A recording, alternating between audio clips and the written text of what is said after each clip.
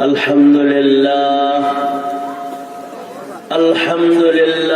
وكفى وسلام على عباده الذين اصطفى أما بعد فأعوذ بالله من الشيطان الرجيم بسم الله الرحمن الرحيم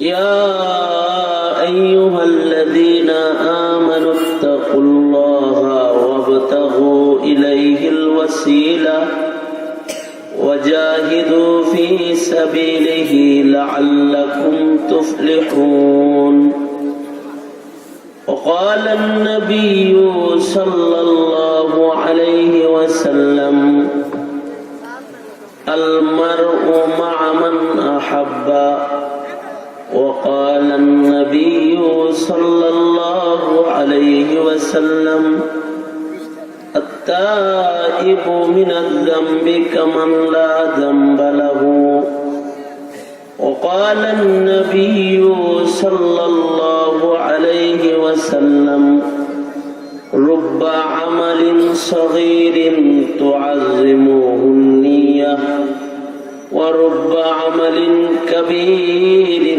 تصغره النية أو كما قال عليه الصلاة والسلام اللهم صل على محمد وعلى آل محمد كما صليت على إبراهيم وعلى آل إبراهيم إنك حميد مجيد اللهم بارك على محمد وعلى آل محمد كما باركت على إبراهيم وعلى آل إبراهيم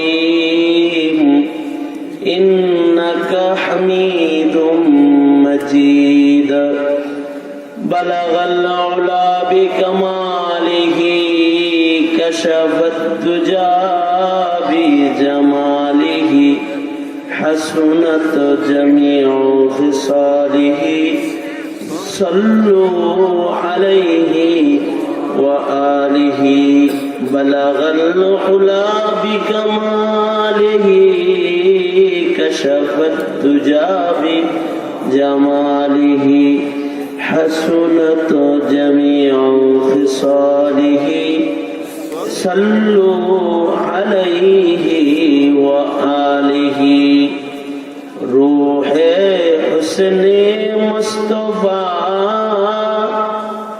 روح حسن مصطفى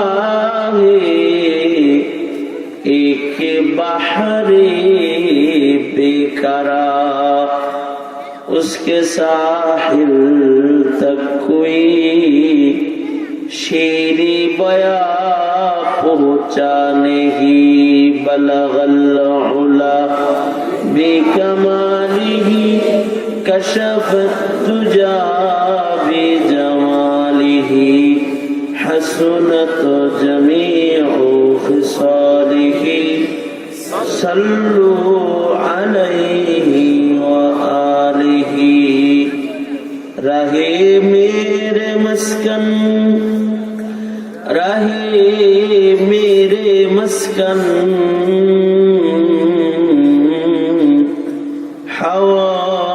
حوالی کعبہ بنے میرے مدفن دیار مدینہ بلغ العلا بکمالہ کشف الدجى بجمالہ حسنت جميع خصاله صلوا عليه وآله আলহামদুলিল্লাহ পশ্চিম রাজাপুর যুব সমাজের উদ্যোগে আয়োজিত মহতি বার্ষিক মাহফিলের মোহতারাম সদর, মোহতারাম সভাপতি, উপস্থিত হযরত, বুজুর্গ, উলামায়ে কেরাম, সম্মুখপানে সমবেত দিন প্রিয়, ইসলাম প্রিয়, দিনদার, ইমানদার, মুমিন মুসলমান ভাইয়েরা, বুড়া বাবারা, যুবক ভাইয়েরা, পর্দার আড়ালের মা বোনেরা, কচি কাঁচা ভাই বোনেরা, বিশ্বজগতের মালিক, বিশ্ব প্রতিপালকের বিশ্ব দরবারে কালিমাত শুকর যে মহান রব্বুল আলামিন দয়া করে, মায়া করে, ভালোবেসে রহমতি বরকতি জান্নাতের টুকরা বাগানে উম্মতের উলামায়ে কেরামের মজলিসে কোরআন হাদিসের আলোচনার মাহফিলে আল্লাহ পাক আমাদের আসার বসার তৌফিক দান করেছেন। এজন্য মালিকের দরবারে শুকরগুজার হই, শুকরিয়া আদায় করি, কালিমাতুশ শুকর পড়ি, জবান ছেড়ে ভক্তি ভরে সমস্বরে আওয়াজ করে সকলে মিলে উচ্চ কণ্ঠে উচ্চ আওয়াজে একযোগে একসাথে সকলে মিলে বলি আলহামদুলিল্লাহ।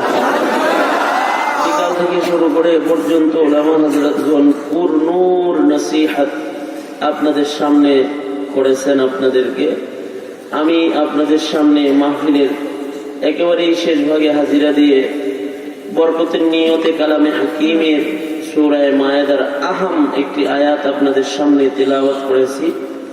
নবী পাকের হাদিস কয়েক জায়গা থেকে হাদিস আপনাদের সামনে পেশ করেছি।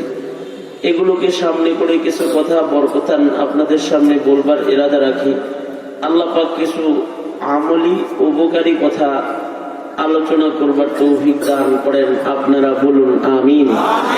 মুহতারাম হাজিরিন, আমাদের মালিক মহান রব্বুল আলামিন আমাদেরকে অসংখ্য অগণিত এমন এমন নিয়ামত আমাদেরকে দান করেছেন, যে সকল নিয়ামত আমরা কামনা করি নাই, বাসনা ছিল না, আল্লাহর কাছে দরখাস্ত করি নাই, আবেদন করি নাই, আমাদেরকে আল্লাহ পাক এমনিতেই ওই নিয়ামত গুলো দান করেছেন। যে সকল নিয়ামত আমাদেরকে আল্লাহ পাক এমনি দিয়েছেন, ওই নিয়ামত গুলো যদি আমরা একের পর এক গণনা শুরু করি তো আল্লাহ পাকের ওই নিয়ামত গুলো গয়না আমরা শেষ করতে পারবো না। ওর একটা নিয়ামত যদি আল্লাহ পাক আমাদেরকে না দিতেন তাইলে আমরা এই পৃথিবীর সবচেয়ে দুঃখী মানুষের খাতায় নাম চলে যেত। কিন্তু আল্লাহ পাক এরকম হাজার হাজার অসংখ্য অগণিত নিয়ামত আমাদেরকে দান করেছেন। যেমন আল্লাহ পাক আমাদের দেখার জন্য চোখ দান করেছেন। আল্লাহ পাকের নিয়ামত, এই চোখটা যে পায় নাই, আল্লাহ পাক যাকে চক্ষু দেন নাই, তার চেয়েতে দুঃখী মানুষ, তার চেয়েতে দুঃখী এই পৃথিবীর মাটির পরে আর একজন নাই। আল্লাহ পাক এমনিতেই আমাদেরকে চক্ষু দান করেছেন। ইচ্ছে করলে তিনি আমাদের অন্ধ বানাইতে পারতেন।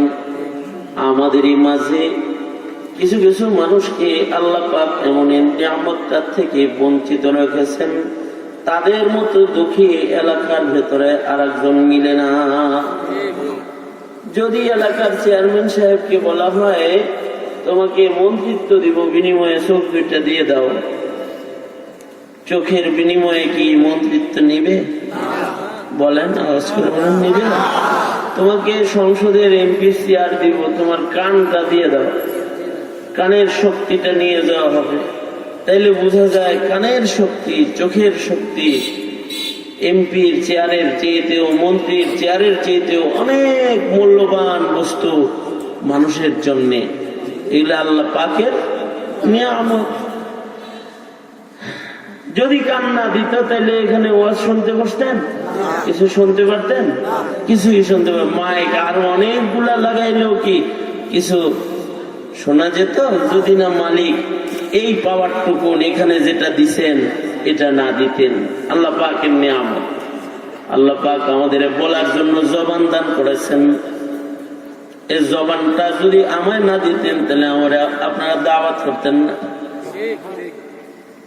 জবানের নিয়ামত আপনার না থাকলে আপনি কথা বলতে পারতেন না। এই জমিনে যে কথা বলতে পারে না তার চেয়ে বড় দুঃখী আর নাই। আমাদের এক বুজুর্গ বসে রয়েছেন, তার কাছে একটা সুন্দর একটা বাচ্চা নিয়ে একটা বাপ দোয়া নেওয়ার জন্য আসছে। বাচ্চাটা দেখতে বড়ই সুন্দর, বুজুর্গের কোলে তুলে দিছে। বুজুর্গ মাথায় হাত রেখে জিজ্ঞাসা করতেছে, এই বাবা তোর কি নাম? নামটা জিজ্ঞাসা করতে তার পিতা হু হু করে জোরে করে কান্না শুরু করে দিয়েছে। বুজুর্গ বলে, এরে আল্লাহর বান্দা, তোমার সন্তানের নাম জিজ্ঞাসা করা কি আমার অপরাধ? সন্তানের নাম জিজ্ঞাসা করলাম আর তুমি কাঁদলে। লোকটা বলে, ওরে আল্লাহর ওলি, আমার সন্তানের এত সুন্দর চেহারা আল্লাহ দান করেছেন, দেখতেই মনে চায়, কিন্তু আমার সন্তানকে বড় শখ করে তার নাম আমি মুহাম্মদ রেখেছি, নবীর নামে নাম মিলায় নাম রেখেছি, নিজের নাম মুহাম্মদ।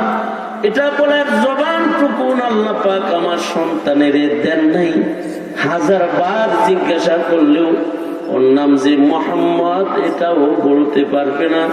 আল্লাহ পাক বলার নিয়ামত থেকে ওকে বঞ্চিত করেছেন। কত বড় দামি নিয়ামত!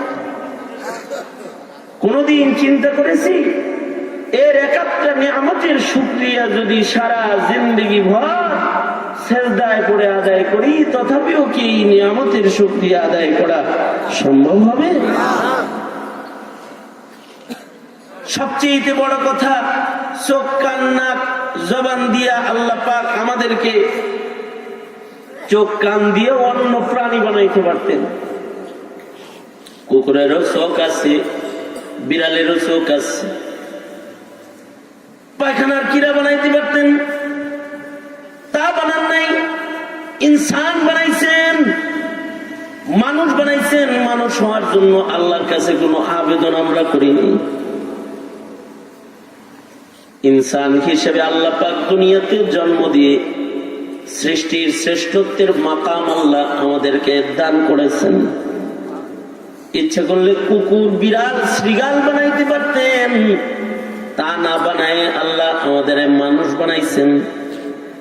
মানুষ বানায় আবার কোন কাফেরের ঘরে আমাদের জন্ম দেন নেই, মুশরিকের ঘরে আমাদের জন্ম দেন নেই, মুসলিম মা বাবার ঘরে আল্লাহ পাক আমাদের জন্মদান করেছেন।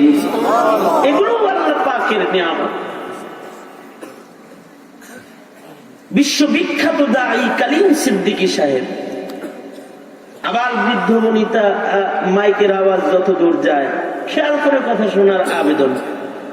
তোমরা যারা ছোট ভাইরাও সামনে আছো, তোমাদেরকেও বলবো, দিল দিয়ে কিছু কথা শুনবা, একেবারে আত্মার কান দিয়া, তাহলে এই সবগুলো তোমার বহুকাল মনে থাকবে। তোমার জীবন চলার পথে হয়তো এগুলো তোমাকে সঠিক পথে পরিচালিত করতে সাহায্য করবে। এত সুন্দর মাহফিল যুবকরা করছে, ওরা যদি গান করতে পারতো না? মাহফিল করেছে, মোবারকবাদ দিয়ে ওদেরকে আপনি ওদের শুকরিয়া আদায় করতে পারবেন। ওরা যদি গান দিয়ে বসতে কি করতেন? এরকম মোবারক মাহফিল আল্লাহ পাক বসাইছেন, যেখানে বসার সাথে সাথে গুনাহ খাতা মাফ। সুবহানাল্লাহ, আওয়াজ করে বলেন। খুশি হয়েছেন না? খুশি হয়েছেন? কারা কারা খুশি হয়েছেন? হাত তোলেন, দোনাত তোলেন, দোনাত তোলেন। হ্যাঁ, আঙুল খুলে দেন, এরকম নাড়াচাড়া দেন, নাড়াচাড়া দেন। জবান খুলে বলেন আল্লাহু আকবার, আরো জোরে করে বলেন আল্লাহু আকবার। এরকম এরকম করেন। এটার তর্জমা কি জানেন? এটার অনুবাদ হলে এদিক সেদিক তাকাবো না, কথা বলবো না, আদবের খেলাফ কিছু করবো না। থাকবে আল্লাহ। আমি ব্যক্তিগত ভাবে আপনাদের এই মাহফিলে যার কারণে এসেছি তার শুকরিয়া আদায় করি। আমার পূর্বে আমার অত্যন্ত মহব্বতের ভাই ইসমাইল হোসেন সিরাজি সাহেব খুব সুন্দর করে আলোচনা করতেছিলেন। আল্লাহ জাযায়ে খায়ের দান করেন। বহুত মাহফিল করে, প্রত্যেকটা আলোচককে আল্লাহ পাক সুস্থ রাখেন এবং এই সারাটা মৌসুম তাদেরকে দৌড়াইতে হবে। আল্লাহ পাক নিরাপদ জিন্দেগি দান করেন, নিরাপত্তা দান করেন। আপনাদের এলাকার কৃতি সন্তান হযরতুল আল্লামা হযরত মাওলানা রফিকুল ইসলাম সাহেব দামাত বরকাতুহুল আলিয়া, কিন্তু মানুষ গড়ার কারিগর একজন। বাংলাদেশের বহু রত্নের মধ্যে একজন রত্ন আলেম। এই বসুন্ধরা রিসার্চ সেন্টারে তাফসীর বিভাগ, হাদিস বিভাগের মুশরিফের দায়িত্ব পালন করেন, প্রধানের দায়িত্ব পালন করেন, এরকম একজন যোগ্য আলেম দ্বীন। তো ওনার দিল জয়ীর জন্য এই দাওয়াতটা আমার রাখা, ওনার নেক নজর এবং ওনার দোয়া নেওয়ার উদ্দেশ্যে। বড় আলেম দ্বীন বাংলাদেশের, আল্লাহ পাক জাযায়ে খায়ের দান করুক।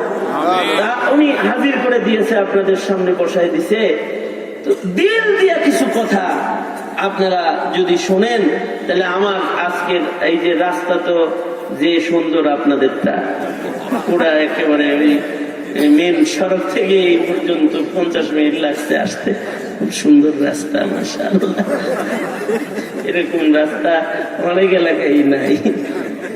আল্লাহ পাক আনছেন, কষ্ট করে আসছি।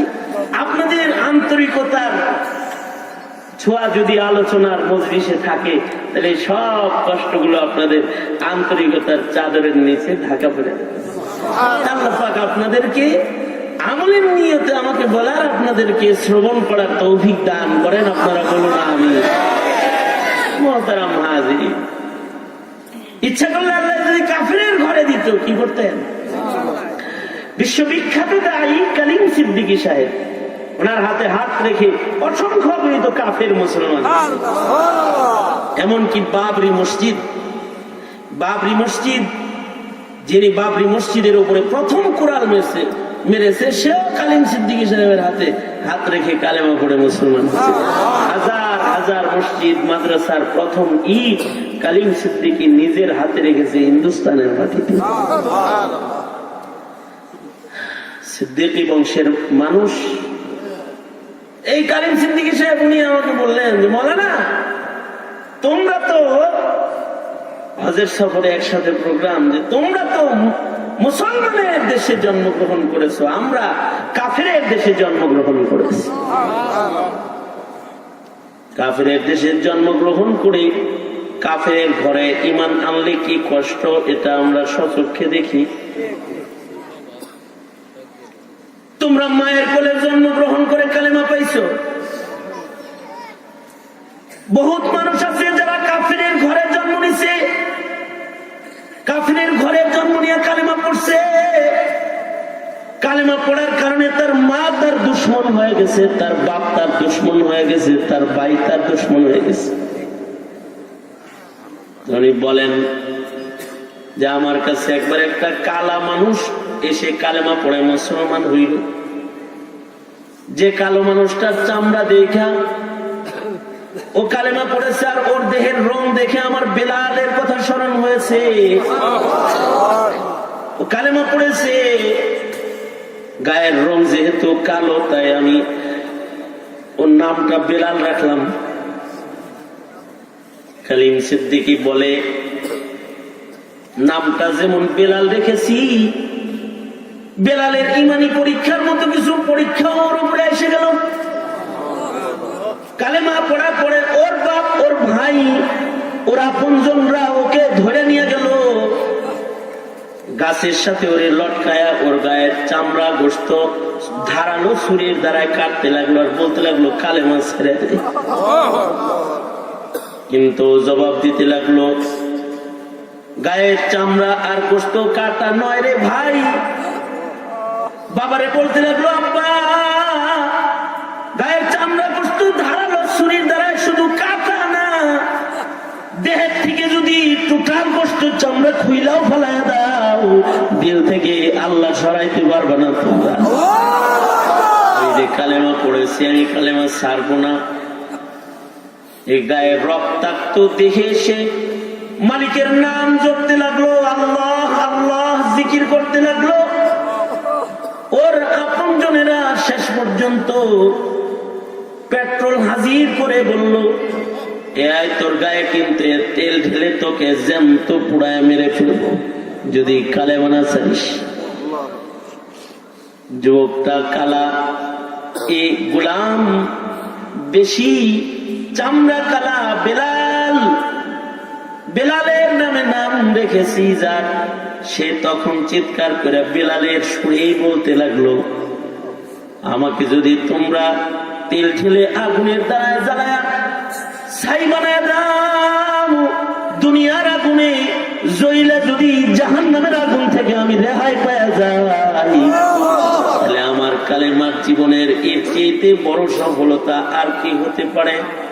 তোমরা আমাকে পুরায়া ছাই বানাইতে পারবা, কিন্তু আমি যে ঈমান গ্রহণ করেছি এই ঈমান থেকে এক চুল আমাকে তোমরা সরাইতে পারবা না। ঈমানের জন্য কত কুরবানি চিন্তা করে দেখেন। ওই রকম কাফেরের ঘরে যদি আল্লাহ আপনার জন্ম দিত, আর আপনি কালেমা পড়লে যদি আপনার বাপ ভাই আপনার দুটো লেগে যেত, আল্লাহ পাক এমন কোন পরীক্ষায় আপনাকে আমাকে না ফেলে মুসলিম মা মুসলিম পিতার ওরসে জন্মদান করেছে। আজিম শান নিয়ামত আল্লাহ পাকের, যে দৌলতে ঈমান শ্রেষ্ঠতর নিয়ামত না চেয়ে আল্লাহ পাকের কাছ থেকে পাইছি। শুধুই মাত্র ঈমান পাইছি তা না, মুসলমান মা বাবার ঘরে জন্মাইছি তা না, মুসলমানের দেশে আল্লাহ জন্মদান করেছে। জন্মটা যদি বার্মায় হইতো, বার্মায় যারা ইমানের উপরে জন্মগ্রহণ করা যাবে না? রোহিঙ্গাদেরকে দেখতে যায় মাঝে, ওদের বক্তব্য সময় বুঝবে যে মুসলিম মা মুসলিম পিতার ঘরে জন্মাইছে, কিন্তু মুসলিম দেশে জন্মগ্রহণ না করার কারণে বৌদ্ধদের হাতে ওদের কত নির্যাতন সইতে হয়েছে। গত বছর যখন ত্রাণ বিতরণ করতে রোহিঙ্গা শিবিরে গিয়েছি, একটা ছেলে এসে চিৎকার করে কান্দে আর কয়, ভাই আমাদেরকে ডেকে ডেকে বলে, ও বলে আমি দেখছি আমার চোখের সামনে আমার বাবাকে আগুনে জ্বালায় মারছে মধ্যরা, আমার মাকে টুকরা টুকরা করে শহীদ করেছে। সবচেয়ে ভয়ঙ্কর যে দৃশ্যটা ভাই হয়ে আমি চোখে দেখেছি, সেটা হলো আমার সুন্দরী রূপসী বোনটার স্তন ওরা ধারালো ছুরির দ্বারাই কেটে ফেলেছে। গণধর্ষণ করে চোখের সামনে আমার বোনকে ওরা শহীদ করেছে। কালেমা আর ঈমান রক্ষা করার জন্য সাগর পার হয়ে একা একা আমি তোমাদের বাংলাদেশে এসেছি। খোদার কসম, এই জমিনে আমার আর কেউ নাই, আমার আছে শুধু আল্লাহ। ওইরকম একটা জন্ম যদি তোমারে দিত আল্লাহ। গত বছরের পত্রিকায় এসেছে, কাশ্মীরে মুসলিম মায়ের পেট চিরে উগ্র হিন্দুরা বাচ্চা বের করে ও মাকে জবাই করে শহীদ করেছে মুসলমান। এই জন্য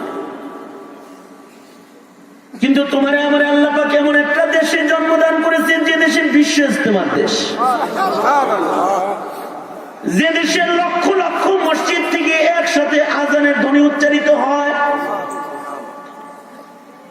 যে দেশে লক্ষ লক্ষ মাদ্রাসায় কোটি কোটি হাফেজে কোরআনরা শেষ রাত্রে উঠে কোরআন মাজিদের তিলাওয়াত করে, এমন একটা দেশে তুমি আমি জন্মাইছি, যে দেশে ইমানের উপরে চলা আল্লাহ পাক সালামতির জিন্দেগি ইমানদারদের দান করেছেন। শুধু ইমানদার নাই, আমন দান করেছেন। আমাদেরকে নিরাপত্তার নিয়ামত দান করেছেন স্বয়ং আল্লাহ। এমন একটা মাটিতে তুমি আমি জন্মগ্রহণ করেছি, এই মাটিতে কেউ যদি ইমানের খেলাফ করে তাহলে এই জমিন তাকে বমি করে ফেলে।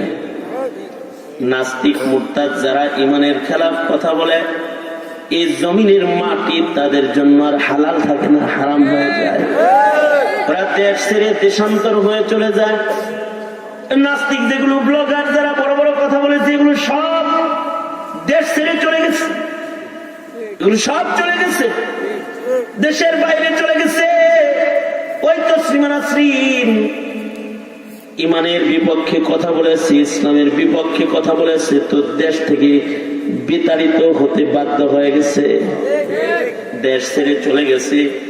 এমনকি মুসলমান মুমিনের জন্য বাংলার জমিন সুজলা সুফলা শস্য শ্যামলা। বাংলার জমিন এমন এক মুবারক জমিন, এই জমিনে যদি কোন নেতাও ইমানের খেলাফ কথা কয় তো এই জমিনের ইমানদাররা ও নেতারে জুতা নিক্ষেপ করে। নেতা হইলে কি হবে? ও যদি ইমানের খেলাফ হয় ওর নেতৃত্বের চারানার মূল্য হয় না। যদি সেই নেতা সরকারের আশীর্বাদ পুষ্ট হয়, যেমন বাংলাদেশ সরকারের পতাকার নিচে নাস্তিক মুরতাদ আছে না, যেগুলো ইসলাম বিদ্বেষী।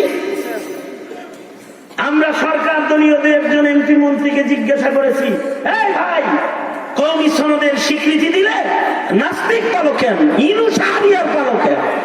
জিজ্ঞাসা করেছি এগুলো পালো কেন? হুজুর দেশ চালাইতে হলে কিছু পালতে হয়। তোমরা পালতে পারো, কিন্তু এই জমিন ওদেরকে স্বাধীনতা দেয় নাই, যে কারণে ওরা গাছ নিয়েই চলতে হয়, দেয়ালের ভেতরেই থাকতে হয়।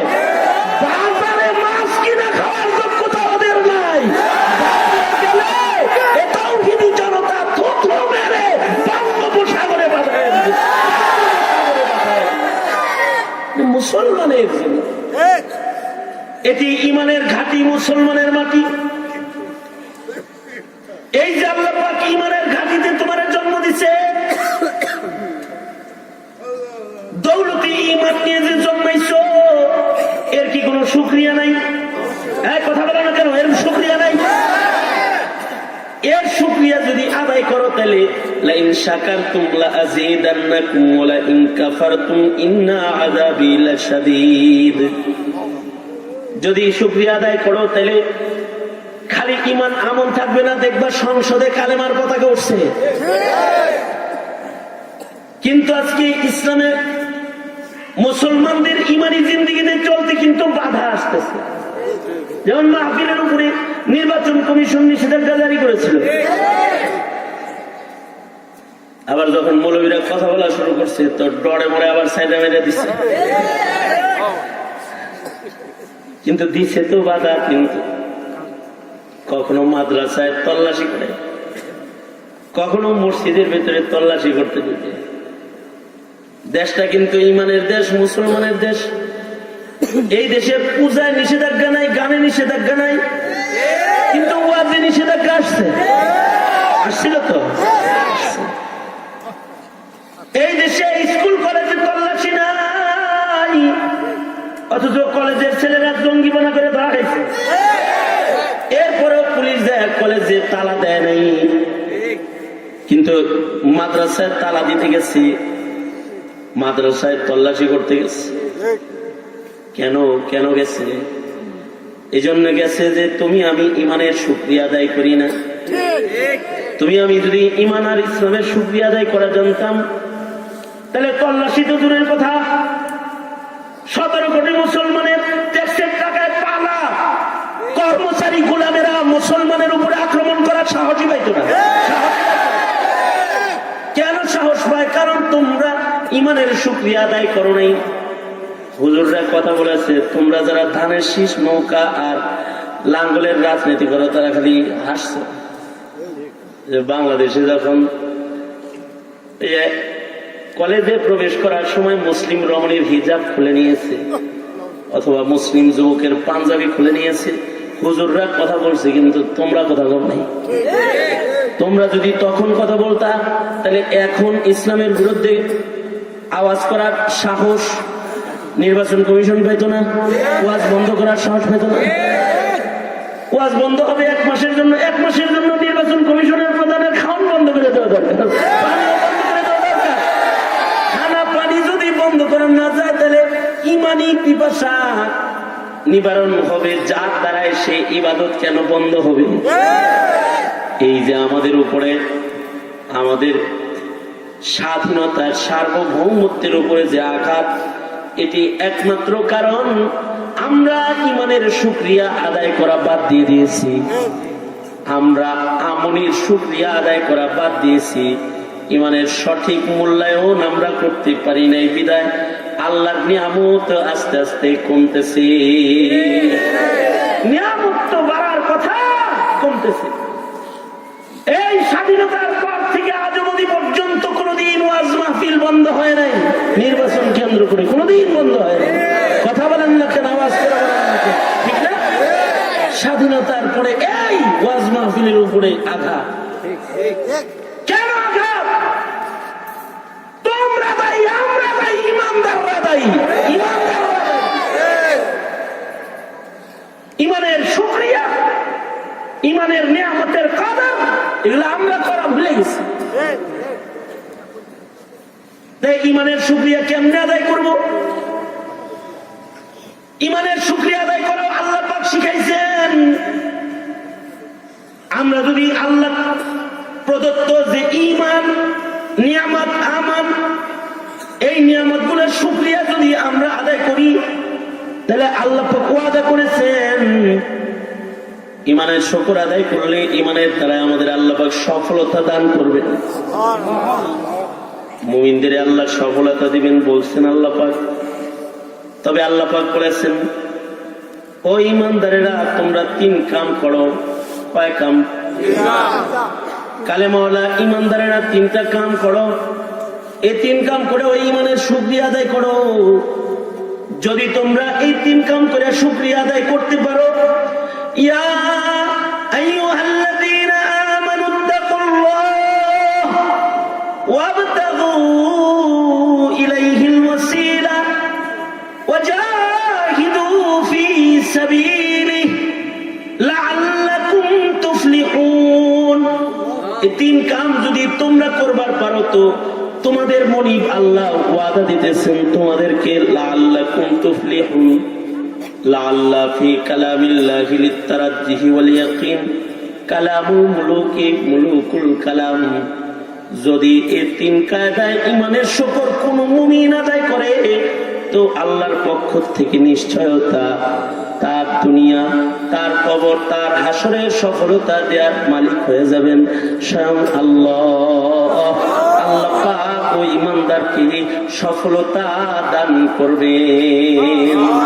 সুবহানাল্লাহ। আস্তে করে বল সুবহানাল্লাহ। কয়ভাবে ইমানের শুকরিয়া? 3 ভাবে। ইমানের 1 নাম্বার শুকরিয়া হলো ইত্তাকুল্লাহ, আল্লাহকে ডরো। যারা আল্লাহকে ডরে তারা ইমানের শুকরিয়া আদায় করে, আর যারা আল্লাহকে ডরে না তারা ইমানের শুকর আদায় করে না। আল্লাহকে ডরো কি ডরো না এটা বুঝে দেবো কেমনে? আল্লাহকে কে ডরে? আল্লাহকে ডরলো সে যে গুনাহ করে না, আর যে গুনাহ করে সে আসলে আল্লাহরে ডরে না। ইমানদার হয়ে গুনাহ যে করে সে আল্লাহকে ভয় করে না। যার ভেতরে আল্লাহর ভয় আছে সে গুনাহ করতে পারে না। যে তার রবরে ডরে সে গুনাহ করতে পারে না। হাকিমুল উম্মত মুজাদ্দিদুল মিল্লাত আশরাফ আলী থানভী রাহমাতুল্লাহ আলাইহি বলেন, 2 প্রকারের গুনাহ যারা বর্জন করে তারা আল্লাহ ভীতু হিসেবে তাদের নাম আসমানের মুত্তাকির খাতায় আল্লাহ পাক উঠায়। কয় প্রকারের গুনাহ? 1 প্রকারের গুনাহ হলো যে সকল কাজগুলো ইবাদত হিসেবে আল্লাহ পাক মুমিনকে করতে বলেছে। মুমিন আল্লাহর ভয়ে ওই কাজগুলো যেন না ছাড়ে। যেমন নামাজ পড়তে নির্দেশ করছে কে? আওয়ামী লীগ সরকার, বিএনপি, ঐক্যজোট। কে করেছে? জোরে আওয়াজ করে বলেন যে নামাজ পড়া নির্দেশ কার? রমজান মাসের রোজা রাখা নির্দেশ কার? হজ যাকাত ফরজ হইলে আদায় করার নির্দেশ কার? যেরকম ইবাদত গুলো যেগুলো আছে এগুলো আল্লাহর নির্দেশ। যে ইবাদত গুলো ছেড়ে দেওয়াটা গুনাহ, এই ইবাদত গুলো ছেড়ে দেওয়াটা গুনাহ। মুত্তাকি এই ইবাদত গুলো বর্জন করে গুনার কাম করতে আওয়াজ করে বলেন, আওয়াজ করে বলেন, পারে না। তাহলে যে ইমানদার নামাজ পড়ে না ওই ইমানদার কিনা মুত্তাকি না। যে ইমানদার রমজান মাসে রোজা রাখে না ওই ইমানদারটা ইমানদার হলেও সে মুত্তাকি না। যে ইমানদার হজ ফরজ হওয়ার পর খালি দানাই বানাই করে হজ করে না। কিরে ভাই, তোমার না 10 বছর আগে হজ ফরজ হয়েছে, জানার পর ছেলে বিয়ে দিইনি, মেয়ে বিয়ে দিইনি, পেটে ব্যথা, পায়ে ব্যথা, মাথা ঘুরি কেন, বিভিন্ন ধানাই পানাই করে ফরজ হওয়ার পরও আদায় করে না, সে আসলে কিনা মুত্তাকিনা। যাকাত ফরজ হওয়ার পরও আদায় করে না, মুত্তাকিনা। দাবিতে ইমানদার কিন্তু আসলে মুত্তাকিনা। কেউ যদি গুনাহ করে, মনে রাখতে হবে, কেউ যদি তাকওয়া শূন্য হয় তখন সে ঈমান শূন্য হয়। হাদিসে পাকে আছে, সামান্য সময়ের জন্য কেউ যদি তাকওয়া শূন্য হয় তখন সে ঈমান শূন্য হয়। কারণ ঈমানের হালতে কোনো বান্দা গুনাহ করে না।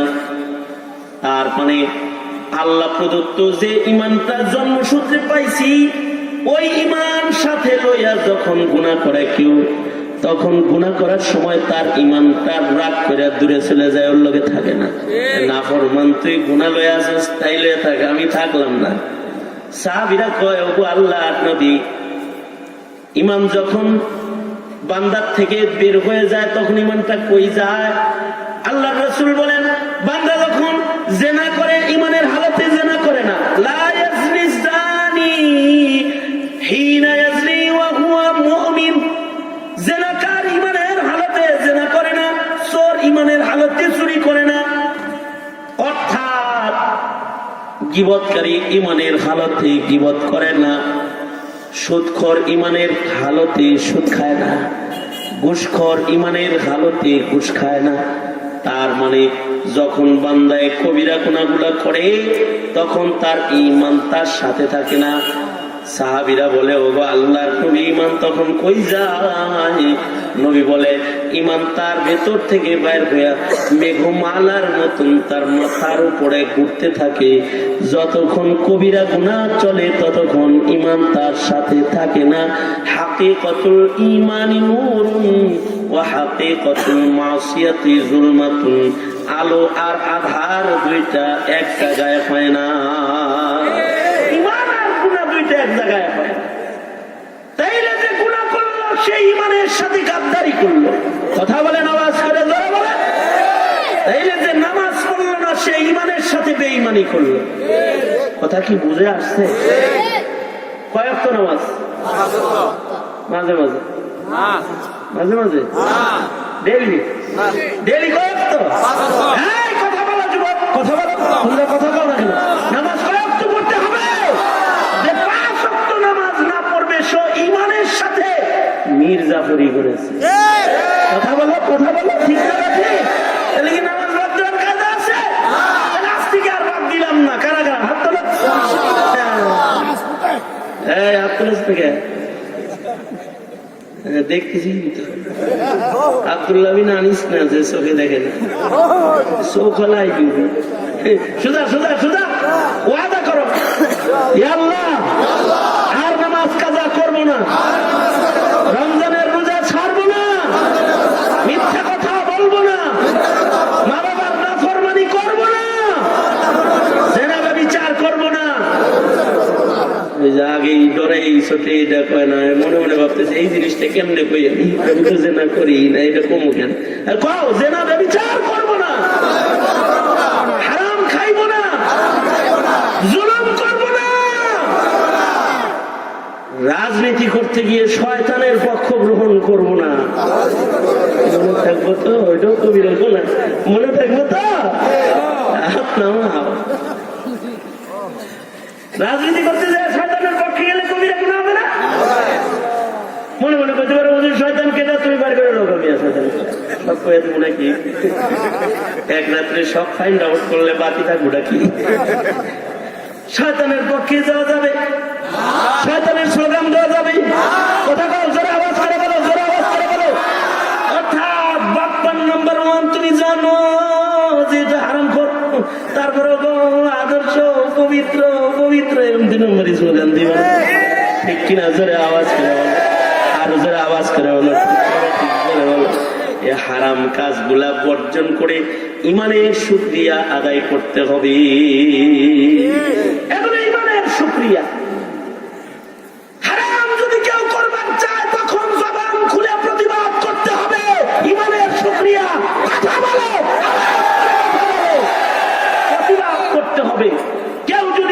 খেলাফ কর্ম সম্পাদন করতে চায় তো মুসলমানের আওলাদ হিসেবে বুক টান করে দাঁড়িয়ে বলবে, স্বাধীন বাংলায় স্বাধীন মাটিতে স্বাধীন মায়ের গর্ভে জন্মগ্রহণ করে ইমান বুকে নিয়ে আমি রাজপথে থাকতে ইমানের খেলাফ আমার বাংলার মাটিতে বরদাস্ত করা হবে না। দিল্লি পাঠিয়ে দিব,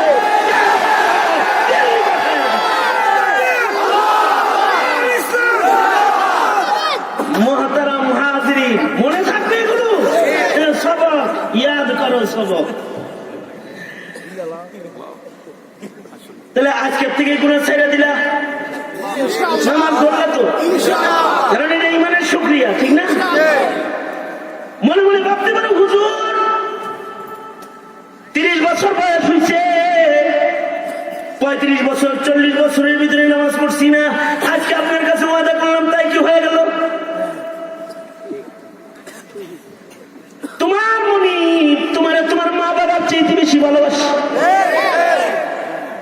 তোমার মনি আল্লাহ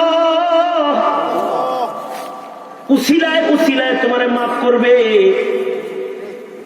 এই কারণে আল্লাহ পাক কিন্তু দ্বিতীয় নির্দেশ করেছে ইমানদারদেরকে, ওয়াবতাগু ইলাইহিল ওয়াসিলা, রবের পেয়ারা হওয়ার জন্য উসিলা ধর, উসিলা ধর। জিন্দেগিতে বহু গুনাহ হয়েছে, তোর নেক কাজ একটা উসিলা বানায় রবের দিকে দৌড় দে। তোর জীবনে বহুত গুনাহ করছো, আজকের তওবাটাকে উসিলা বানায় রবের দিকে একটু দৌড় দে। জিন্দেগির একটা তওবা হতে পারে তোমার পেছনের জিন্দেগির সব গুনাহ তওবার উসিলায় আল্লাহ মাফ করে দিবার, তুমি আল্লাহর কাছে চলে যাবে।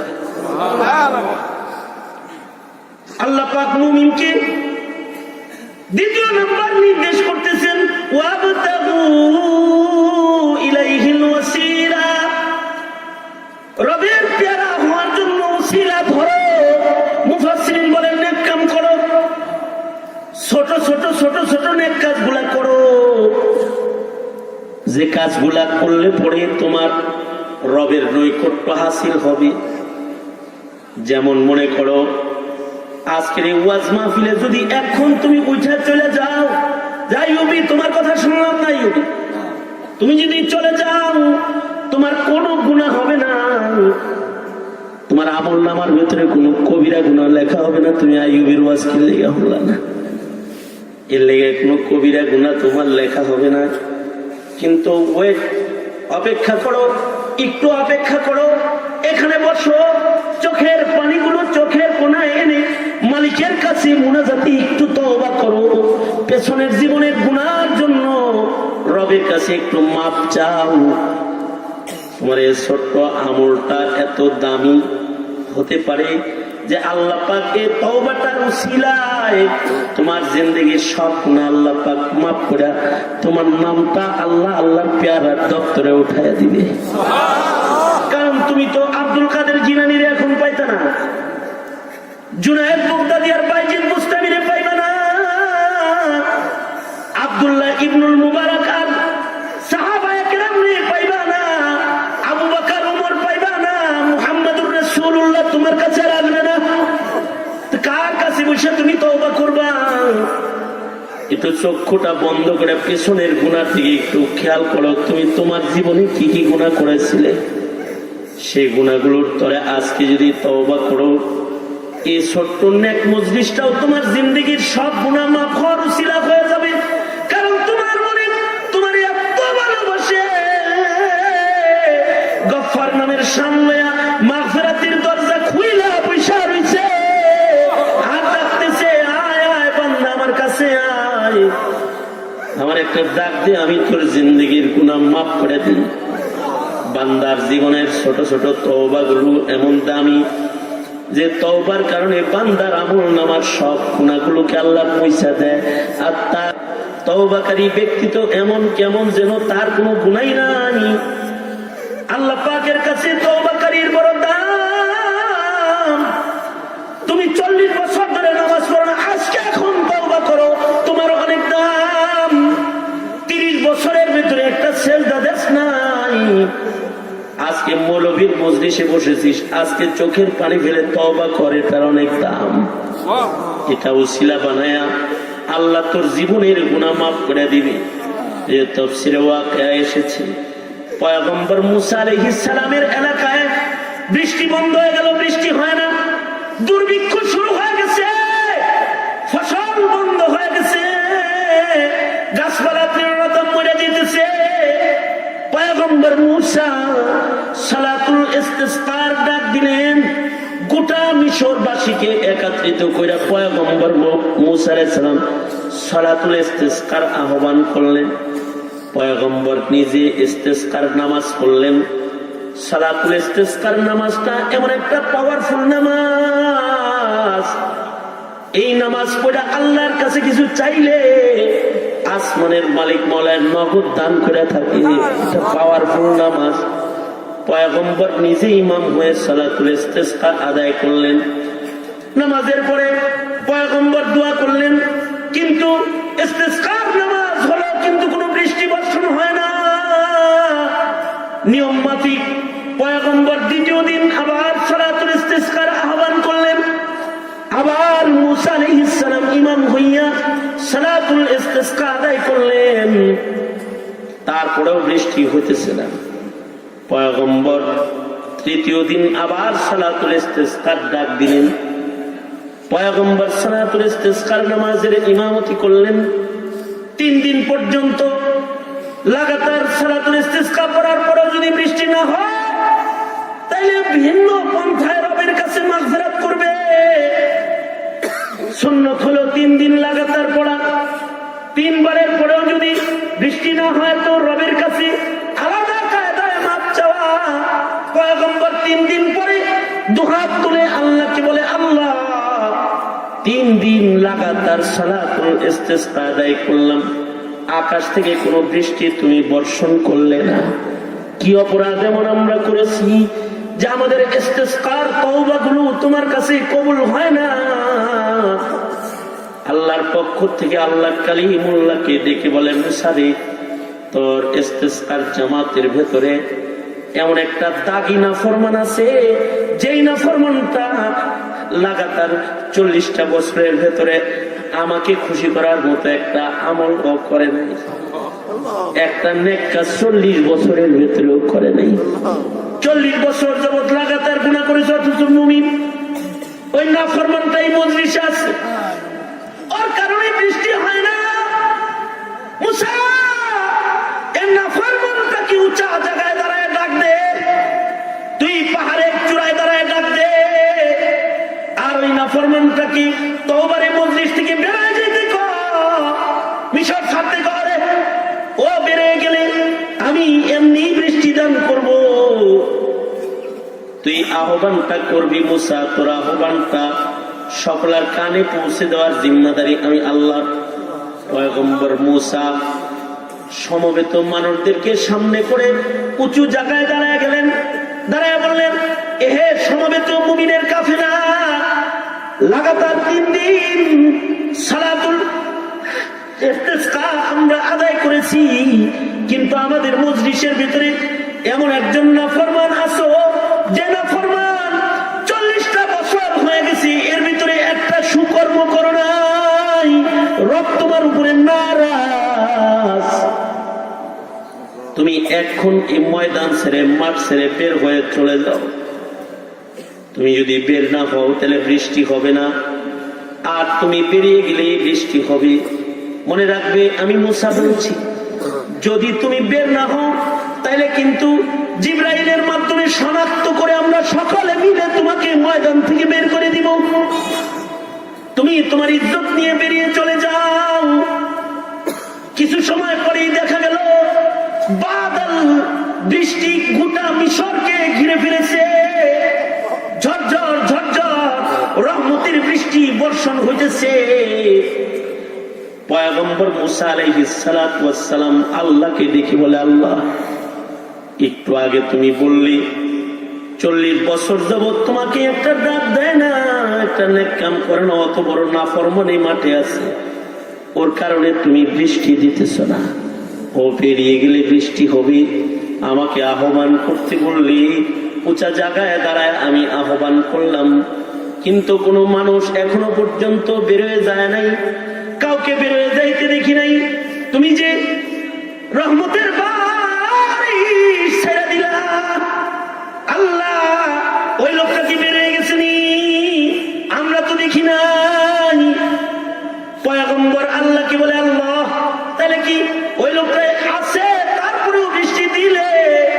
আল্লাহ পাক বলে, মুসা আমার ওই বান্দাটা যে 40 বছরের ভেতরে আমার একটা ডাক দেয় নাই, একটা নেক কাজ করে নাই, ও অতি সঙ্গগুণে আজকে আমার কাছে তওবা করে ফেলেছে। আমাকে গোপনে ডাক দিয়েছে, ডাক দিয়ে আমাকে বলেছে, আল্লাহ তুমি যদি এই ভরা মজলিস থেকে আমাকে বাইর করে দাও, এর যদি তুমি মাটির নিচে চলে যাও আমার ভালো। আল্লাহ আমি কেমনে বেঁচে থাকবো? আল্লাহ তুমি না গফফার, আল্লাহ তুমি আমার জিন্দগির সব গুনাহগুলো মাফ করে দাও। আমি তোমার কাছে ক্ষমা চাইতেছি, তুমি আমাকে ক্ষমা করে দাও। বান্দা আমার কাছে মাপ চাইছি, মুসা আমি আমার বান্দাটাকে মাফ করে দিছি, তাই বৃষ্টি দিয়ে দিছি। ওর জিন্দগির 40 বছরের গুনাহ আমি ক্ষমা করে দিয়েছি। আজকে বৃষ্টি প্রদান করলাম ওর তওবার কারণে। ও আমার কাছে মাপ চাইছে, ও পাক হয়ে গেছে, তাই ওরে আমি মাফ করে দিয়ে বৃষ্টি দিলাম। মুসা বলে, আল্লাহ মালিক রে, কোন সে তোমার এত প্যারা গোলাম যার এক ডাকে তুমি বান্দার পিছনের সব গুনাহ মাফ করে দিলা, বৃষ্টি দিলা, এত ভালোবাসা তাকে দিলাম। তোমার ওই ভালোবাসার মানুষটাকে আমি মুসার একটু দেখবার মনে চেয়েছে। আল্লাহ ওর সাথে আমার একটু মোলাকাত করায় দাও। আল্লাহ কয়, মুসা আমি আল্লাহ যে বান্দার গুনাহ একবার মাফ করি তারে আর বেজ্জত করি না। তুই কালিমুল্লাহর সাথেও তারে পরিচয় করায় দিয়া 40 বছরের দাগী গুনাহগার হিসাবে তুই পয়গম্বরের কাছেও আমি আমার বান্দাটাকে খাটো করবার চাই না। কালিমুল্লাহ হইতে পারো, তওবাকারী বান্দাকে তোমার সামনে হাজির করে আমি বেজ্জত করতে পারবো না। একজন তওবাকারী বান্দার ছোট্ট একটা তওবার এত দাম। ওয়াবতাগু ইলাইহিল ওয়াসিলা, আল্লাহ বলে নেক কাজ দিয়ে ওসিলা ধরে ধরে আমার কাছে আয়। যদি একটা বান্দা এমন তওবা করে, এ তওবাটা তার নাজাতের কত বড় ওসিলা যে আল্লাহ পাক তার 40 বছরের গুনাহ মুহূর্তের ভেতরে মাফ করে। তোমরা তো তওবার জন্য মুসা খুঁজে পাও না, আজকে বসে গেছো তো আজকে একটু তওবা করো। আল্লাহ উলামাদের মজলিসে বসছি, আমার পিছনের ওই ওই ওই ওই গুনাহগুলো যা তুমি জানো আর কেউ জানে না, মনি ও গুনাহগুলোকে তুমি আমল নামায় রেখো না মাওলা। আল্লাহ আমি তওবা করতেছি, আমার ওই গুনাহগুলোকে তুমি মাফ করে দাও। তাহলে তওবা কিন্তু রবের নৈকট্য অর্জনের উসিলা। আল্লাহ পাক তোমার ছোট্ট তওবার বদলে তোমার জিন্দেগির সব গুনাহগুলো মাফ করে দিবে, সব মাফ করে দিবে। মানব জীবনের ছোট ছোট আমলকে উসিলা বানাও। মাঝে মধ্যে একটু বসে বসে জিকির করো। তুমি যদি তাসবিহাতে 12 তাসবিহ জিকির সারা জিন্দেগিতে একবারও না করো, তোমার আমলনামায় কোনো কবিরা গুনাহ লেখা হবে না। সুফি সাধকরা 12 তাসবিহ জিকির করে শেষ রাত্রে উঠা। তুমি যদি সারা জিন্দেগিতে তাহাজ্জুদের নামাজ নাই পড়ো, তোমার আমলনামায় কোনো কবিরা গুনাহ লেখা হবে না। তুমি যদি প্রতিদিন রাত্রি দিনে কোরআন মাজিদ তেলাওয়াত করে খতম না করো, কবিরা গুনাহ তোমার হবে না। কিন্তু তুমি যদি একটু কোরআন প্রেমিক হও তো তুমি আল্লাহর পেয়ারা হয়ে যাবে। তুমি যদি রাতের গভীরে উঠা আল্লাহ আল্লাহ নামের জিকির করতে থাকো, রাতের গভীরে উঠে ফেসবুক চালালে ঘুম ভাঙলো, আবার একটু লাইক কমেন্ট দেখলে রাতের গভীরে ঘুম ভেঙেছে, অনলাইনে প্রবেশ করে নগদ সংবাদ কি ওটা তালাশ করলে, রাতের গভীরে ঘুম ভাঙলে তুমি তোমার জীবনে কত গুনার ভেতরে অনুপ্রবেশ ঘটাইলে। তুমি কি তোমার জিন্দগিতে কোনোদিন রাতের গভীরে ঘুম ভাঙলে যায় নামাজ বিছায়া ওযু করে 2 রাকাত নামাজ পড়া রবের কদমে সিজদা দিয়ে বলতে পারো না, মালিক আমার ঘুম ভাঙছে, সারা দুনিয়া ঘুমায় রয়েছে, আমি কিন্তু জেগে গেছি আল্লাহ। আমি তোমার কদমে মাথা ঠেকাইছি। আয় আল্লাহ, তুমি আমার জিন্দেগির গুনাহগুলা মাফ করে দাও। তোমার ছোট্ট একটা আমল হবে, তোমার নাজাতের উসিলা। বসে বসে একটু দরুদ পড়লাম, তোমার নাজাতের উসিলা।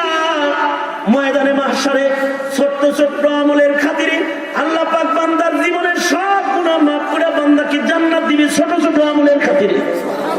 প্রত্যেক দিন 10 মিনিট যদি খবর পড়া যায়, 10 মিনিট যদি পত্রিকা পড়া যায়, ঘন্টা ব্যাপী যদি অনলাইনের খবর চেক করা যায়, প্রতিদিন যদি বন্ধুদের সাথে আধা ঘন্টা আড্ডা দেওয়া যায়, বিকালের সময়টা যদি প্রতিদিন মাঠে ময়দানে কাটানো যায়, তাহলে তুমি কি তোমার 24 ঘন্টার ভেতর থেকে 10টা মিনিট তুমি মুহাম্মাদুর রাসূলুল্লাহর উম্মত হিসেবে নবীরে দিতে পারো না?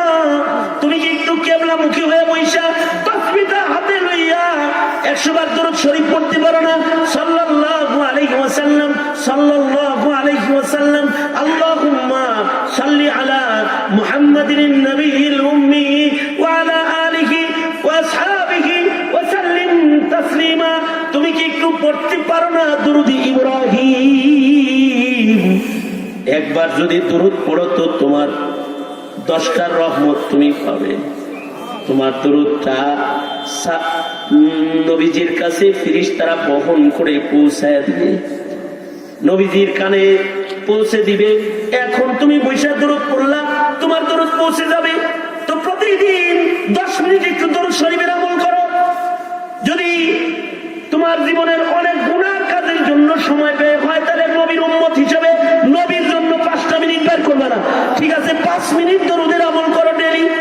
হাই মিয়া, সারা মাসে শুধুই মাত্র জিলাপির মিলাদ ছাড়া আর কোন দরুদ তোমার মুখ দিয়া বাইর হয় না। তুই মুসলমান না?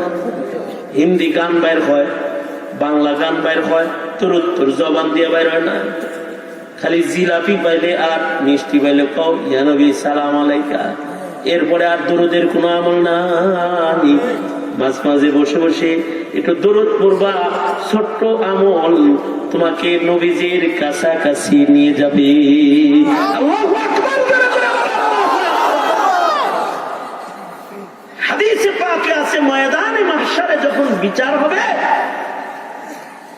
আমাদের সবার যখন বিচার হবে,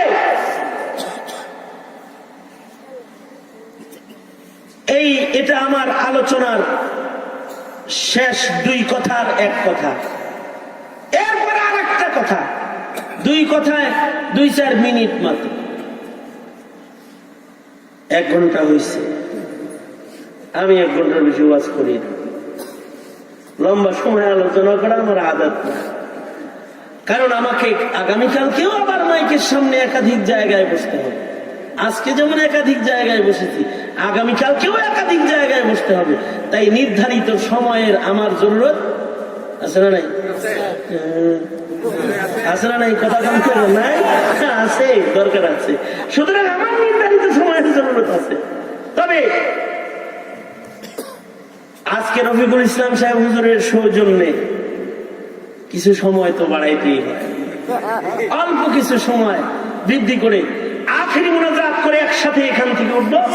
সে 2 কথার একটি কথা হলো, তুমি যদি আধা ঘন্টা ফেসবুক চালাইতে পারো, 5 মিনিট যদি দরুদ পড়ো, তোমার 5 মিনিটের দরুদ তোমার বিপদের দিনের উপকার দিবে। 5 মিনিটের দরুদ। হাদিসে পাকে আছে, আমাদের সবার যেদিন বিচার হবে, মিজানের পালা কায়েম হবে, একজন একজন মিজানের পালার কাছে দাঁড়াবে। আমল নামার নেক কাজগুলো ডান পালায় তুলবে, বদ কাজগুলোকে বাম পালায় তুলবে। নেকির পালা ওজন হবে তো জান্নাতের গেট খুলে যাবে, গুনার পালা ওজন হবে, পুলিশের হাত করেই লেগে যাবে। কোন পুলিশ? তোমাকে থানার পুলিশ? কথা কর না কে? ফাঁড়ির পুলিশ জাহান্নামের দারোগায় গ্রেফতার করবে। মুমিন হওয়ার পরও জাহান্নামের হাত করি লেগে পড়বে আর জাহান্নামের দিকে নিয়ে যাবে। এই বিচার চলাকালীন অবস্থায় হাদিসে পাকে আছে, বাবা আদম আলাইহিস সালাতু ওয়াস সালাম মিজানের পালার পাশে উঁচা গর্দান নিয়ে দাঁড়িয়ে থাকবে।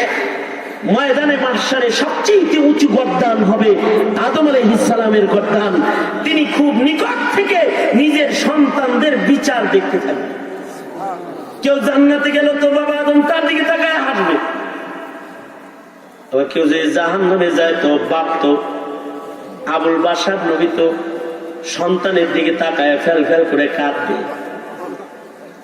বাবার চোখের সামনে সন্তানদের বিচার হবে। হাদিসে পাকে আছে একজন উম্মতে মুহাম্মদী হাজির হবে, তার নেক আর গুনাহগুলোকে ওজন করা হবে।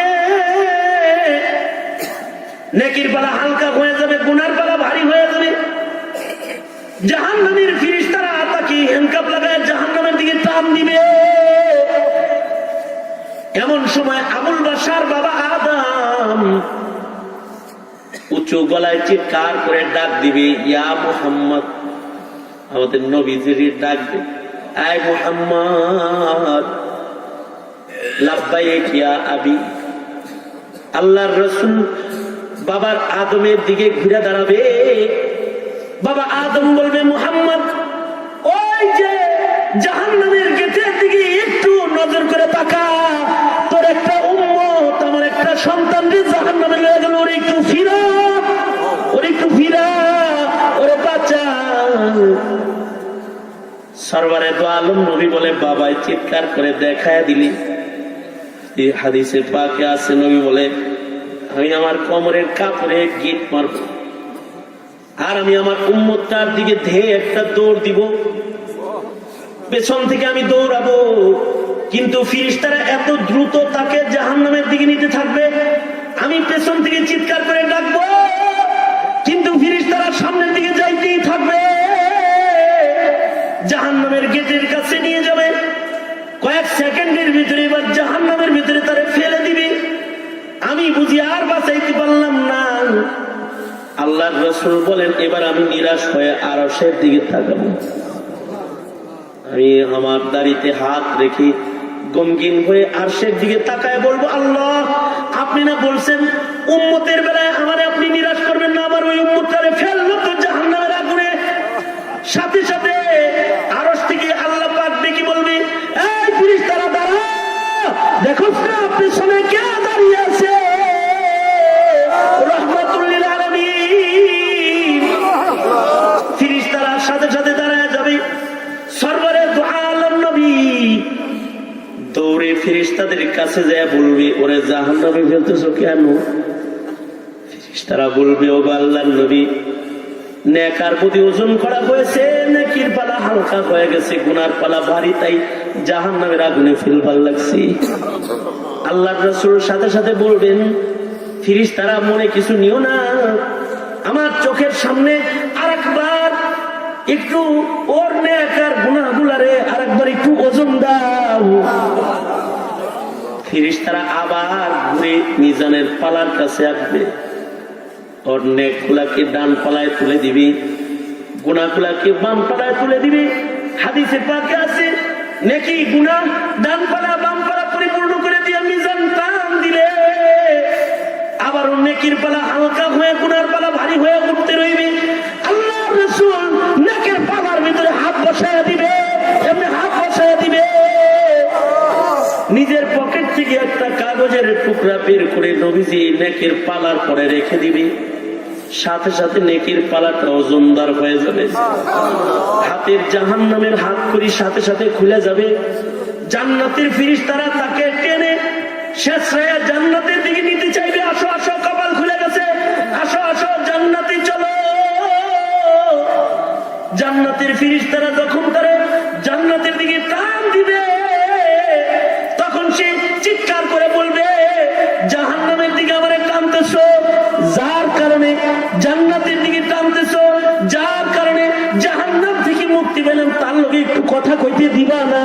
কে সে? একটু তার লগে একটু কি আলাপ করবার দিবা না? হাদিসে পাকে আছে, লোকটা এক দৌড় দিয়া নবীজির সামনে যায় দাঁড়ায় যাবে। দাঁড়ায় বলবে, কে গো তুমি? নিশ্চিত জাহান্নাম থেকে আমাকে আজকে সরাইয়ে জান্নাতের পথে আমারে তুলে দিলি। কে তুমি? কি তোমার নাম? নবীজি নিজ উম্মতকে বুকে জড়ায় ধরে বলবে, আমাকে চিনোস না? আমি তোর নবী।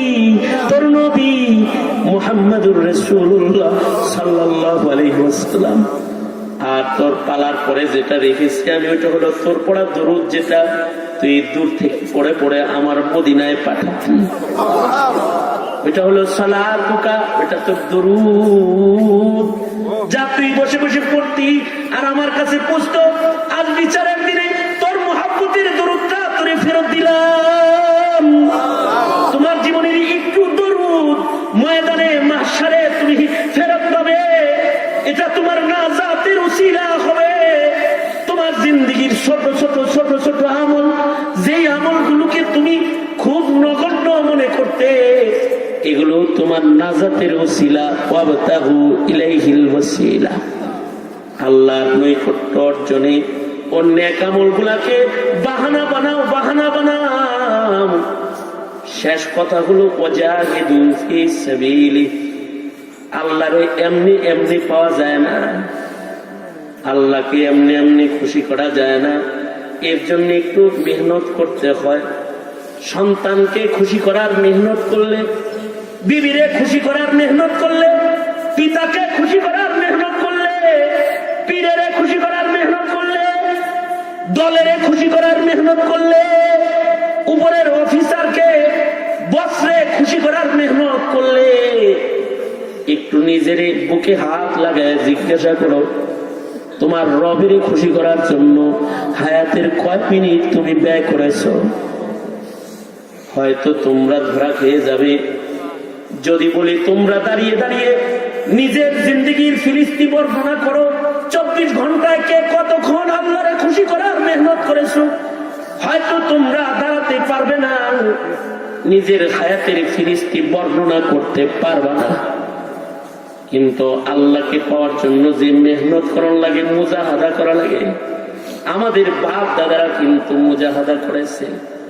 আমাদের বাপ দাদারা যদি জিন্দেগিতে আল্লাহ পাওয়ার মুজাহাদাই না করতো, জাতিকে আল্লাহর কাছে পৌঁছানোর মুজাহাদা যদি না করতো, মুসলমান হয়ে জন্মাইতে পারত না, ওয়াজ শুনতে পারত না, হাদিস পড়তে পারত না, তাফসীর পড়তে পারত না।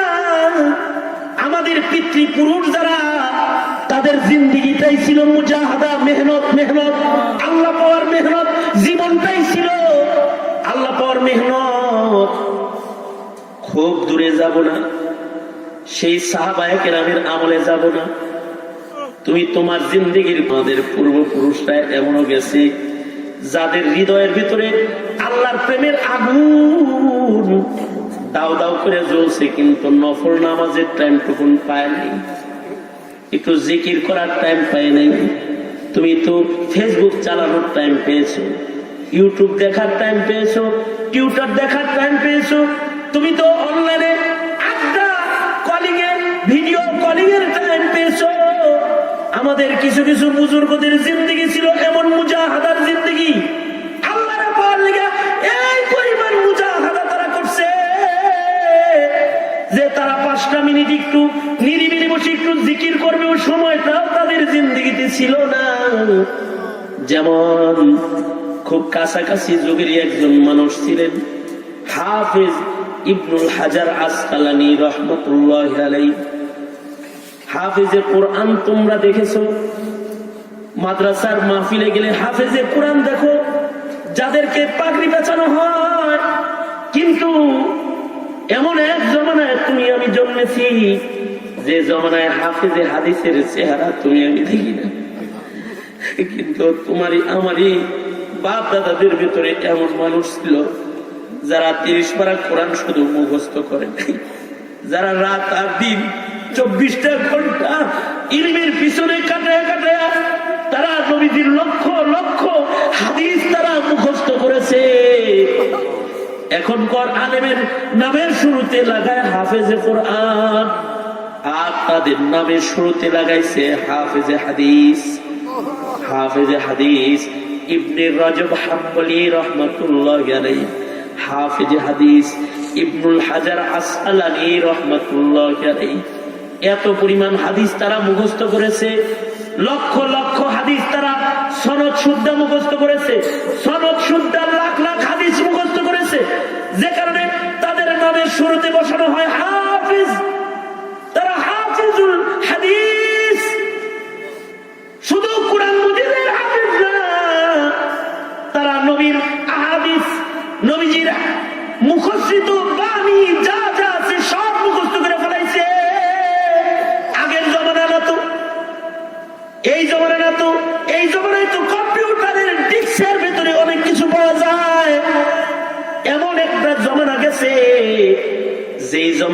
হার্ড ডিস্ক আবিষ্কার হয় নাই, কম্পিউটারের সফটওয়্যার আবিষ্কার হয় নাই। ওই সময় তারা তাদের মাথাটাকে সফটওয়্যার বানায়া, হার্ড ডিস্ক বানায়া এই উম্মতের জন্য তারা মুখস্থ করছে নবীর হাদিস। মুখস্থ করে যদি এগুলির কবরে লয়ে যায় তাহলে এই উম্মত বঞ্চিত হয়ে যাবে। তো দিনের পর দিন লিখেছে, লিখতে লিখতে নবীর হাদিস গুলোকে কিতাবের ভেতরে জড়ো করেছে। যেমন হাফিজ ইবনুল হাজার আসকালানী রাহমাতুল্লাহ আলাইহি, যিনি শারিহি বুখারী, তিনি বুখারী শরীফের শরহ লিখেছে। কত হাদিস তিনি তার কিতাব একত্রিত করেছে। ওই জমানায় তিনি কলম দিয়ে লিখেছে। যেই জমানায় বল পেন আবিষ্কার হয় নাই, যেই জমানায় সুন্দর সুন্দর কলম আবিষ্কার হয় নাই, এই জমানায় তুমি আমি তো আরামের যুগে আছি।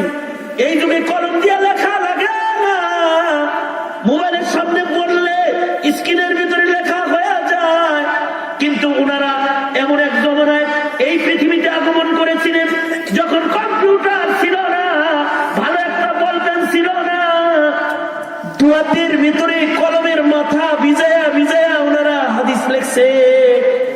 খন্ডে খন্ডে ফাতহুল বারি বুখারী শরীফের শরহ লিখেছে। দুয়াতের ভিতরে কলম সুবায়া সুবায়া ওই কলমের আগা দিয়া একটা একটা করে লাইন তারা লিখেছে। না তারা তাদের জীবনে খাবারের সুযোগ পেয়েছে, না তারা তাদের জীবনে ঘুমের সুযোগ পেয়েছে।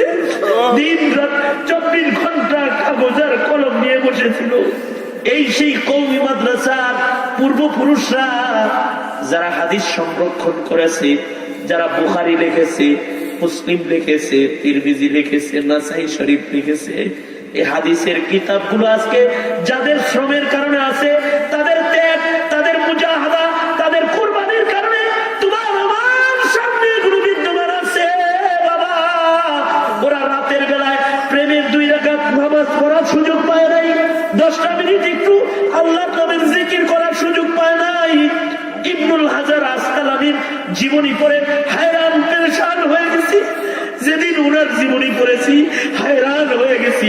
হায় রে, কি এমন আল্লাহর বান্দা যে সারা জীবনে একটু অবসর নিয়ে একটু জিকির করতেও পারে নাই। তিনি জিকির করতেন কখন? যখন লিখতে লিখতে ওনার বাঁশের কলমের আগাটা গুতা হয়ে যেত, আর ওনার ছাত্ররা কলমের আগাটা ঠিক করে দিত। যেই টাইমে ওনার কলমের আগাগুলো ছাত্ররা পরিষ্কার করত, ওই যে একটু নিরিবিলি সময় উনি পাইতেন, ওই সময়টা সাথে সাথে কেবলামুখী হয়ে বৈশা প্রেমের আওয়াজে আল্লাহকে ডাকতেন। আল্লাহ আল্লাহ আল্লাহ, সুবহানাল্লাহ, আলহামদুলিল্লাহ, লা ইলাহা ইল্লাল্লাহ। চোখের পানি দিয়ে আল্লাহকে ডাকতো আর বলতো, মালিক রে, একটু অবসর হইয়া তোমার একটু আমি ডাকবো, আমি টাইম পাই না, আমি টাইম পাই না। আল্লাহ, তোমার অবসর হয়ে ডাকার একটু টাইম আমি পাই না। আল্লাহ, আমি তো এই কাগজ আর কলম নিয়ে পড়ে থাকি তোমার বান্দাদের কাছে হাদিস পৌঁছানোর জন্য। এই যে সময়টা পাইলাম, এই সময়টা তোমার নামে একটু জিকির করলাম, ওটা হলো তাদের জিন্দেগির মুজাহাদা। তুমি এরকম মুজাহাদা কয় সেকেন্ড করেছো, কয় ঘন্টা করেছো? ইমানের ঘরে জন্মগ্রহণ করে কত পাপাচার, কত গুনার ভেতরে নিজের আটকাইলা। একটু ইবাদতের জন্য জীবনের সময় ব্যয় করলে না? ময়দানে মাহশারে মিজান কায়েম করে আল্লাহ যদি তোমার ডান দিয়ে দাঁড় করায় কয় হিসাব দি, পারবে কি হিসাব দিতে? নিজেরে একটু জিজ্ঞাসা করো। যদি তোমার জিজ্ঞাসায় তুমি হও আসামি, তাহলে ভয় নাই, এখন তওবা হবে, এখন দোয়া হবে, আল্লাহর কাছে কাঁদো আর ওয়াদা করো আর জীবনে গুনাহ খাতা করবে না, পাপাচার করবে না। তুমি মুজাহাদার ময়দানে হাঁটবা, তাইলে লাআল্লাকুম তুফলিহুন, আল্লাহ পাক ওয়াদা করেছে তোমাকে সফলতার জান্নাত আসমানের মালিক আল্লাহ দান করবে। তুমি এখানে বসে এই যে আলোচনাগুলো হলো মুজাহাদা, নেক কাজকে উসিলা আর তাকওয়ার জিন্দেগি বসর করা, রাজি আছি তো ইনশাআল্লাহ। আল্লাহ তুমি আমাদের সবাইকে কবুল আর মঞ্জুর করো, আমিন। আলহামদুলিল্লাহ রাব্বিল আলামিন। والصلاة والسلام على سيد الأنبياء والمرسلين محمد وعلى آله وأصحابه أجمعين। يا الله أستاذ সমতুল্য মুরব্বী রব্বুল আলামিন আল্লামা রফিকুল ইসলাম কাসেমি দামাত বারাকাতুহু আল্লাহ এলাকার রত্ন সন্তান বিজ্ঞ আলেমের নির্দেশে বসেছিলাম আল্লাহ। হাজারো অযোগ্যতা লইয়া তোমার গোলামদের সামনে বসেছি। মুরব্বীদের জবানের কিছু কথা নকল করে তোমার বান্দাদের কাছে পেশ করেছি। রহমতের নজর মেলে চেয়ে দেখো মালিক, আবাল বৃদ্ধ বনিতা মাসুম বাচ্চারা বসে বসে চোখের পানি ফেলে বয়ান শুনেছে আল্লাহ রাব্বুল আলামিন। মুবারক একটা মাহফিল। ও মালিক, সবাই মিলা ভিক্ষুকের মতো দুইটা হাত বাড়ায় ধরেছে আল্লাহ। যোগ্য বুজুর্গ উলামা হযরতরা বসে রয়েছেন, মুহাদ্দিসিন হযরতরা বসে রয়েছেন, এমন এমন আলেমরা বসে আছে যাদের রাতের তাহাজ্জুদ কাজা নাই, এমন এমন বয়োবৃদ্ধ মুরব্বীরা বসে আছে যাদের রাতের বেলায় জিকির কাজা নেই। রাব্বুল আলামিন ইয়া আল্লাহ, তাদের সকলকে সঙ্গে নিয়ে দুইটা হাত বাড়ায় ধরেছি। ইয়া আল্লাহ, মেহেরবানি করে আমাদের জিন্দেগির সব গুনাহ তুমি মাফ করে দাও আল্লাহ। ইয়া আল্লাহ, উলামায়ে কেরামের হায়াত বাড়ায় দাও, বুড়োদের হযরত আবু বকর বানায় দাও আল্লাহ। ইয়া আল্লাহ, নওজোয়ান যুবকদের জওয়ানি তোমার কাছে আমানত, যৌবনের গুনাহ থেকে ওদের আল্লাহ তুমি রক্ষা করো। পর্দার আড়ালের মা বোনদের হযরত ফাতেমা, হযরত খাদিজাতুল কুবরা বানায় দাও। হে আল্লাহ, মাসুম মাসুম বাচ্চাগুলোকে তোমার কাছে আমানত দিয়ে গেলাম, ওদেরকে মাজ মুআফিজ বানায় দাও আল্লাহ রাব্বুল আলামিন। যা কিছু আলোচনা করেছি, যে কয়টা সবক তোমার বান্দাদেরকে ইয়াদ করাইছি রাব্বুল আলামিন, সবকগুলোর আমল তোমার বান্দাদের তুমি দান করো আল্লাহ রাব্বুল আলামিন। সবাই মিলে হাত তুলেছি, আমরা ভিক্ষুকের মতন হাত বাড়াইছি আল্লাহ। তুমি ছাড়া আমাদের আর যাওয়ার কোনো জায়গা নাই, তুমি ছাড়া আমাদের আর কোনো মাওলা নাই, তুমি ছাড়া আমাদের আর কোনো মাবুদ নাই। আয় রাব্বুল আলামিন, জিন্দেগির যত গুনাহ করেছি মেহেরবানি করে আমাদের জিন্দেগির সব গুনাহগুলো তুমি মাফ করে দাও আল্লাহ। আল্লাহ, জেনে না জেনে অন্ধকারে আলোয় গোপনে প্রকাশ্যে যত পাপাচার করেছি ক্ষমা করে দাও। আজকের এই মুহূর্তে মাহফিলে যারা আয়োজন করেছে, যারা মেহনত করেছে, সকলের কোরবানিগুলো নাজাতের উসিলা বানায় দাও আল্লাহ রাব্বুল আলামিন। আয় মালিক, জিন্দেগির এমন কোন মুনাজাত বাদ নাই যে মুনাজাতে মা বাবার কথা বলি নাই আল্লাহ। নিজের হাতে অনেকে নিজের মা কবরে রাখছে, নিজের হাতে অনেকে নিজের বাপ কবরে রাখছে। আর জীবনে কোনোদিন মা বলে একটা ডাক যারা দিতে পারবে না, আর জীবনে কোনোদিন আব্বা বলে যারা একটা ডাক দিতে পারবে না, ওই যে কাফনের কাপড় সরায় নিজের মারে দেখছে, নিজের বাপেরে দেখছে, কাফনের কাপড় সরায় নিজের জোরের বাইদারে দেখছিল, বোনটাকে দেখেছে, আর 3.5 হাত কবরের ঘরে নামায় দিয়ে আসছে। আর জীবনে কোনোদিন ওই আপন জন গুলারে পাওয়া যাবে না। আল্লাহ, আদরের মা বাবারে দুজনে অনেকে কবরে রাখছে আল্লাহ, আর কোনোদিন আব্বা আম্মা ডাকের শান্তি ওরা নসিব হবে না ওদের আল্লাহ রাব্বুল আলামিন। যাদের পিতামাতা অন্ধকার কবরে চলে গেছে আল্লাহ, তাদের মা বাবার কবর গুলা জান্নাতের বাগান বানায় দাও। যাদের পিতামাতা আছে হায়াত বাড়ায় দাও, বেশি বেশি করে খেদমত করতে পারে তৌফিক দাও। আমাদের সালাম প্যারা নবীর রওজায় খারে তুমি পৌঁছায় দাও আল্লাহ। আল্লাহ, অত্র এলাকায় সুন্নতের হাওয়া চালু করে দাও। আর কিসিমের মুসিবত থেকে ধরে ধরে সকলের তুমি বাঁচাও আল্লাহ। বাংলাদেশ প্রিয় মাতৃভূমি, বাংলাদেশের পরে রহমত নাজিল করো আল্লাহ। সারা দুনিয়ার মুসলিম মুসলমানদের জন্য মদদ পাঠায় দাও আল্লাহ।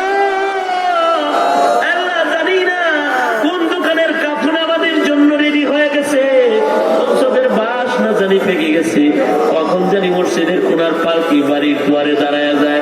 আয় রব্বুল আলামিন, কবরের পালকি পাঠাইবার আগে কামেল মুমিনের দপ্তরে আমাদের নাম তুমি উঠায়া দিও আল্লাহ রব্বুল আলামিন।